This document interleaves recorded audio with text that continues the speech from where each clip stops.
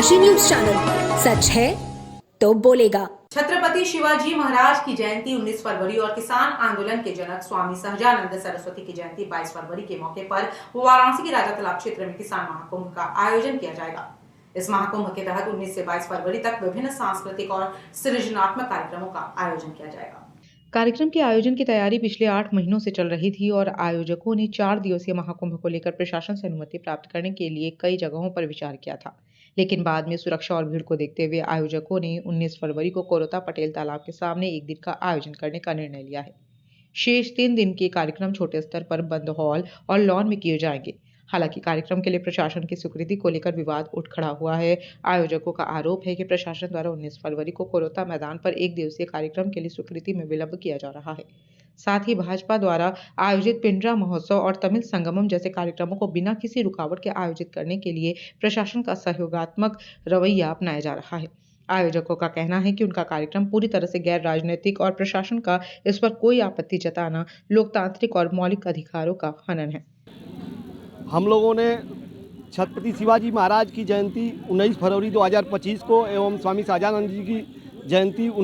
22 फरवरी 2025 तक एक किसान महाकुंभ लगा करके और इन दोनों महापुरुषों की जयंती मनाते हुए किसानों पर विविध कार्यक्रम, सृजनात्मक कार्यक्रम करने का हम लोग योजना बनाए हुए थे, जिसमें पूरे देश के किसान यहाँ पे स्टॉल लगा करके और अपने उत्पाद का जो किसान अपने अन्न उपजाता है उसका जो उत्पाद करता है उसका जो यहाँ पे स्टॉल लगा करके और पूर्वांचल के किसानों को, बनारस के किसानों को हम लोग रूबरू कराना चाहते थे कि प्रगतिशील किसानी कैसे होती है, इसको सीखा जाए। लेकिन बनारस का प्रशासन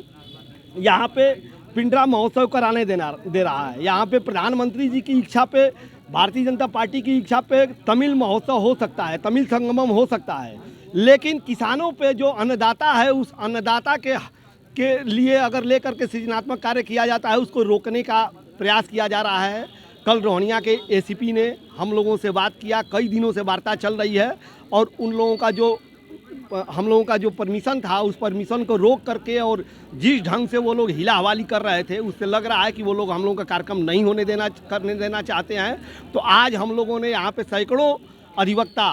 जो कि कानून के रखवाले हैं उन सभी लोगों के साथ हम लोग जा करके और पुलिस आयुक्त की अनुपस्थिति में पुलिस उपायुक्त को पत्रक दिए हैं और पत्रक दे करके उनको ये चेतावनी दिया गया है कि अगर 2 दिन के अंदर अगर हम लोगों के परमिशन हम लोगों को हाथों में नहीं दिया जाता है, जो 4 तारीख को हम लोग परमिशन की कापी इनको दे दिए हैं, तो हम लोग इसके बाद हम लोग निर्णय लेंगे बड़े स्तर पे कि कार्यक्रम को हम लोग अगर अनुमति नहीं मिलती है तब भी हम लोग, चूँकि हम लोग एकदम शांतिपूर्वक कार्यक्रम करना चाहते हैं, तो या तो बनारस में महाकुंभ के नाम पे सारे कार्यक्रमों को निरस्त कर दिया जाए, भाजपा शोषित कार्यक्रम हो और दूसरे किसी भी सृजनात्मक कार्यक्रम को न होने दिया जाए। ये कानून का